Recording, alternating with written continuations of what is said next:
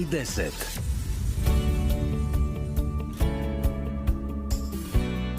Pa da bismo mogli odgovoriti na ovo pitanje, važno je zapravo pogledati što kaže crkveno učiteljstvo, kako je to zapisano u katekizmu Katoličke crkve.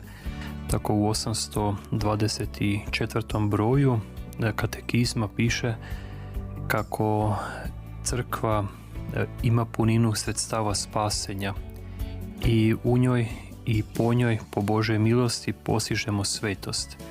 Tako da ono što nam je potrebno za spasenje pronalazimo zapravo u katoličkoj crkvi, jer je crkva sjedinjena s Kristom i po njemu je posvećena, po njemu i u njemu ona također biva i posvećujuća, tako da crkva po svetim sakramentima, koje su sredstva spasenja, pruža svojim vjernicima mogućnost spasenja. Ali isto tako